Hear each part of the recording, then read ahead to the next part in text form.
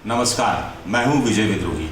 सोमवार का दिन सचिन पायलट बनाम अशोक गहलोत की सत्ता की लड़ाई में क्लाइमेक्स और एंटी क्लाइमेक्स दोनों का दिन है।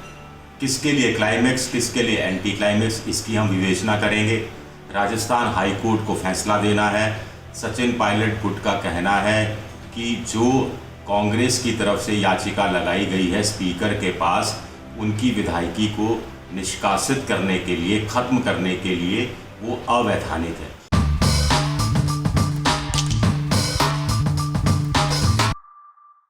उनका कहना है कि सदन के बाहर व्हिप लागू नहीं होता। सदन के बाहर अगर विधायक दल की बैठक में वो नहीं गए तो उनकी सदस्यता नहीं जा सकती। उधर कांग्रेस के मुख्य सचेतक महेश जोशी ने जो याचिका लगाई है वो कहती है कि लगातार 2 दिन विधायक दल की बैठक अशोक गहलोत ने बुलाई। इसमें सचिन पायलट गुट के 19 विधायक सचिन पायलट सहित शामिल नहीं हुए। इसका मतलब यही है कि ये विधायक अपनी मर्जी से, स्वेच्छा से कांग्रेस पार्टी में नहीं रहना चाहते, लिहाजा इनको कांग्रेस पार्टी से यानी विधानसभा की सदस्यता इनकी खत्म कर दी जानी चाहिए। अब इसमें 2 सिनेरियो बनते हैं जो तय करेंगे सचिन पायलट और अशोक गहलोत का भविष्य, राजनीतिक भविष्य। इसकी हम विवेचना करते हैं।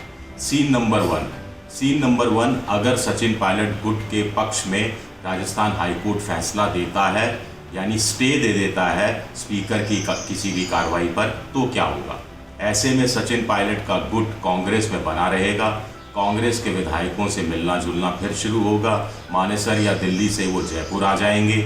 उनको कांग्रेस के दूसरे विधायकों को तोड़ने का मौका मिलेगा। अभी अशोक गहलोत कह रहे हैं कि 20 करोड़ 25 करोड़ में सौदेबाजी हो रही है, घोड़ा मंडी सज रही है, बकरा मंडी सज रही है।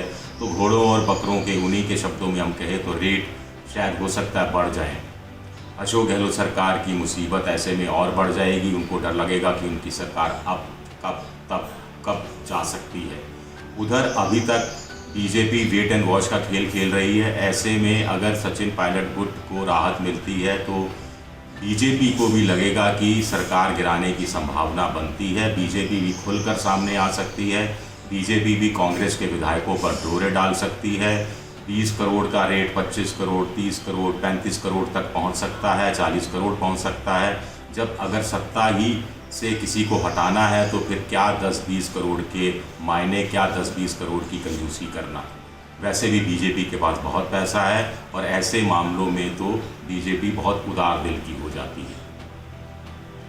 अब दूसरी बात यह है कि दूसरी संभावना ये है कि सचिन पायलट गुट के विधायक जब जयपुर आ जाएंगे और मिलना जुलने का दौर शुरू होगा तो अशोक गहलोत गुट भी चूड़ियाँ पहने हुए नहीं है। महिलाएं माफ़ करें, मेरा इस संदर्भ में कोई गलत मतलब नहीं है। उनको भी मौका मिलेगा कि वो भी सचिन पायलट गुट के विधायकों को तोड़ सकें, उनको मंत्री पद का या निगम बोर्ड का अध्यक्ष बनाने का या सचेतक बनाने का, संसदीय सचिव बनाने का लालच दे सकें। तो ऐसे में अशोक गहलोत भी इसमें अपनी एक संभावना देख सकते हैं सरकार को बचाने की। तीसरी बात ये है कि अब समय मिल जाएगा सचिन पायलट को। इतना समय मिल जाएगा कि वो केंद्रीय आला कमान के कुछ नेताओं को बीच में डालकर अशोक गहलोत के साथ पैचअप का कोई बीच का रास्ता निकाल सकते हैं। अशोक गहलोत को भी लगेगा कि 19 विधायकों का कुशन के साथ अगर उनकी सरकार चलती है तो 3.5 साल वो आसानी से पूरी कर पाएगी। अभी वो बहुत सख्त हो रहे हैं, लेकिन वो वक्त थोड़ा बीतने पर थोड़े नरम भी पड़ सकते हैं। राजनीति संभावनाओं का खेल है, इस बात से हम इनकार नहीं कर सकते। हो सकता है सचिन पायलट को केंद्र में भेज दिया जाए, महासचिव बना दिया जाए, कोई दूसरा पद दे दिया जाए, वो राज्य की राजनीति में दखल ना दे, ऐसा कोई संभावना बन सकती है, ऐसा कोई रास्ता निकल सकता है। और 3.5 साल बाद जब विधानसभा चुनाव होंगे उसके बाद सचिन पायलट की भूमिका अलग ढंग से आला कमान तय कर सकता है, जिसमें मुझे लगता है अशोक गहलोत को भी कोई ऐतराज़ कम से कम आज की तारीख में नहीं होना चाहिए। अब दूसरे सीन की हम कल्पना करते हैं कि अशोक गहलोत सरकार के पक्ष में फैसला आता है, यानी सचिन पायलट गुट की याचिका को रद्द कर दिया जाता है, मामला स्पीकर के पास जाता है। स्पीकर सचिन पायलट समेत उनके 19 विधायकों की विधायकी खत्म कर देते हैं। वो विधानसभा के सदस्य नहीं रहते हैं, तब से में अशोक गहलोत के लिए बहुत बहुत बहुत बड़ी राहत की खबर होगी।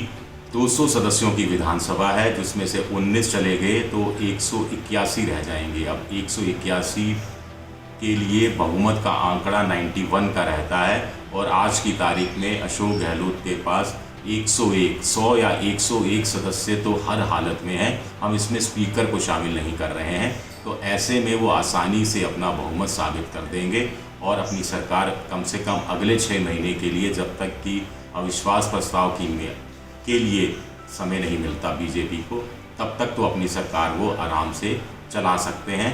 इस बीच अगर ऐसा हुआ तो सचिन पायलट के लिए एक बड़ा मुश्किल का समय होगा कि उनको कांग्रेस से भी स्वाभाविक है निकाल दिया जाएगा।